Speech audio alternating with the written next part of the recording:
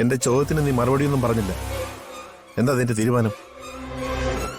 എന്റെ തീരുമാനം ഞാൻ പറഞ്ഞു കഴിഞ്ഞത്. ഡിവോഴ്സ് പെറ്റീഷനിൽ ഞാൻ ഒപ്പിടില്ല. ആ തീരുമാനത്തിന് ഒരു മാറ്റവും ഇല്ല. അതെന്താ? ഈ വീട് വിട്ടു പോകേണ്ടി വരും എന്നുള്ളത് കൊണ്ടാണോ?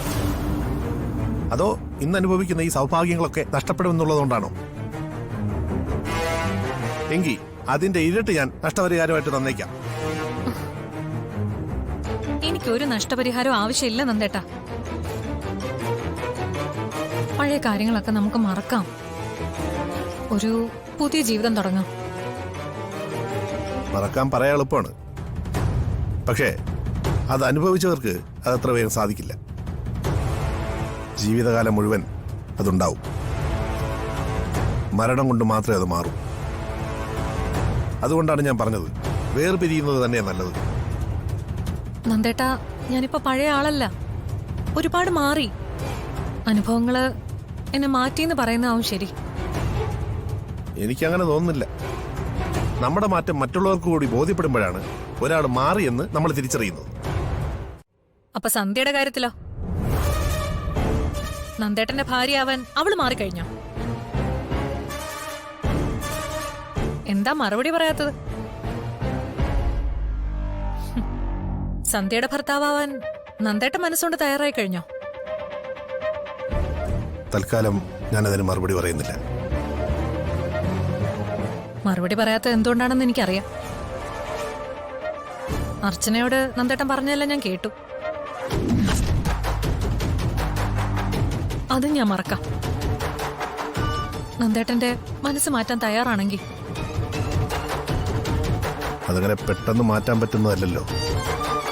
ഉറപ്പിച്ചെടുത്തൊരു തീരുമാനമല്ലേ.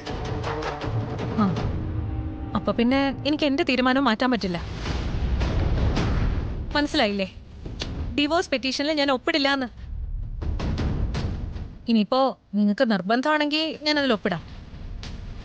പക്ഷേ അതിലൊപ്പിടാനായിട്ട് നിങ്ങളുടെ അച്ഛൻ തന്നെ എന്നോട് പറയണം. അല്ലാതെ ഞാനത് ചെയ്യില്ല. നിങ്ങളെ മറ്റൊരുത്തിക്ക് ഞാൻ വിട്ടുകൊടുക്കുകയില്ല.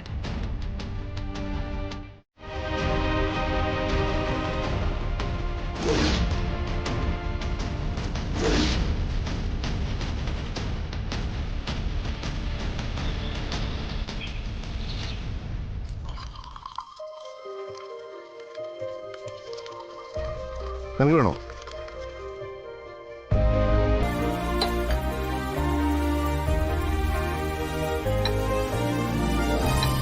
എന്താ കഴിഞ്ഞ 2 ദിവസം ഓഫീസിൽ നീ ഇല്ലായിരുന്നല്ലോ, എവിടെ പോയി? ഞാനെങ്ങും പോയില്ലല്ലോ. ആര് പറഞ്ഞു? കഴിഞ്ഞ കുറച്ച് ദിവസങ്ങളായി ഞാനത് ശ്രദ്ധിക്കുന്നു.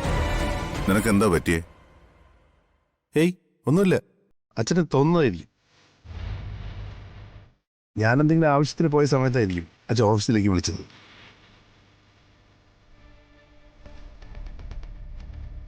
ആണോ? നന്ദൻ പഴയ പോലെ ബിസിനസ് കാര്യങ്ങളെല്ലാം ശ്രദ്ധിക്കുന്നുണ്ടെന്ന് നിങ്ങൾക്ക് ഉറപ്പുണ്ടോ? അച്ഛനെന്താ എന്നെ കുറ്റപ്പെടുന്നത് പോലെ സംസാരിക്കുന്നത്? ഞാനെന്ത് തെറ്റ് ചെയ്തതുപോലെ? നീ തെറ്റ് ചെയ്തു എന്നല്ല ഞാൻ പറഞ്ഞത്. ബിസിനസ് എന്ന് പറയുന്നത് എന്നും കോമ്പറ്റീഷനാണ്. ഓരോ ദിവസവും പുതിയ പുതിയ തന്ത്രങ്ങളാണ് മാർക്കറ്റിലേക്ക് വന്നുകൊണ്ടിരിക്കുന്നത്. ആ സമയത്ത് നിങ്ങൾ ആരെങ്കിലും ബിസിനസ്സിൽ ശ്രദ്ധിക്കാതിരുന്നാൽ നമ്മൾ പുറകോട്ട് പോകും.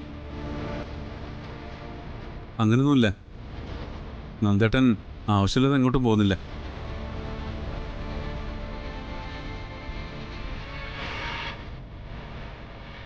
GST ഓഫീസിൽ 2 തവണ പോയിരുന്നു കഴിഞ്ഞ ആഴ്ച. ആ സമയത്തായിരിക്കും ചിലപ്പോൾ ഞാൻ വിളിച്ചത്. ഓക്കെ, ഞാനതിൽ തർക്കിക്കുന്നില്ല. പക്ഷേ എനിക്ക് നിങ്ങളോട് പറയാനുള്ളത് വേറൊരു കാര്യമാണ്.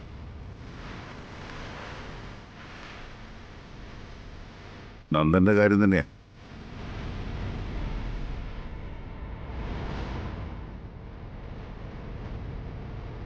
മറ്റൊന്നുമല്ല, അടുത്ത ദിവസം നിങ്ങളുടെ വെഡിങ് ആനിവേഴ്സറി അല്ലേ? അത് നമുക്ക് ഗംഭീരമായിട്ട് നടത്തണം.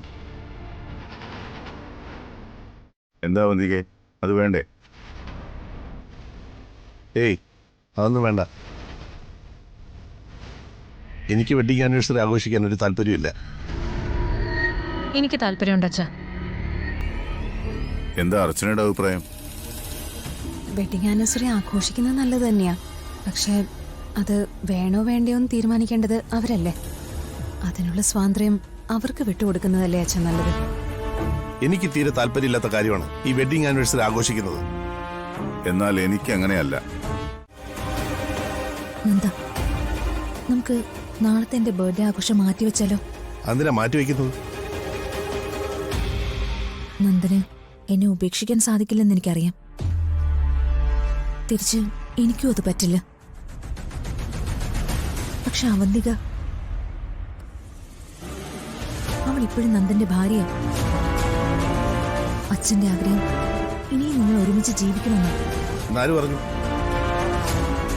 അർച്ചന അങ്ങനെ സന്ധ്യയോട് പറഞ്ഞു? പറഞ്ഞു. പിന്നെന്തൊക്കെ പറഞ്ഞു അർച്ചന? അർച്ചന ആകെ സങ്കടത്തില്. നമ്മുടെ പക്ഷത്ത് നിൽക്കണോ അതോ അച്ഛൻ പറയുന്നത് കേൾക്കണോ? അതാ അർച്ചനയുടെ ധർമ്മസങ്കടം. വെഡിങ് ആനിവേഴ്സറി കാര്യങ്ങളൊക്കെ ഏർപ്പാടാക്കാൻ അച്ഛൻ അർച്ചനയോടാ പറഞ്ഞത്. അച്ഛൻ ആ ചുമതല അർച്ചനെ ഏൽപ്പിച്ചത് മനഃപൂർവ്വം തന്നെയായിരിക്കും. എന്തായാലും അവിടെ വെഡിങ് ആനിവേഴ്സറി ആഘോഷത്തിൽ ഞാൻ പങ്കെടുക്കുന്നില്ല. ഞാൻ കാരണം നെല്ലിശ്ശേരിയിൽ ആ വെഡിങ് ആനിവേഴ്സറി മുടങ്ങരുതെന്ന് പറയാനാ അർച്ചന വന്നത്.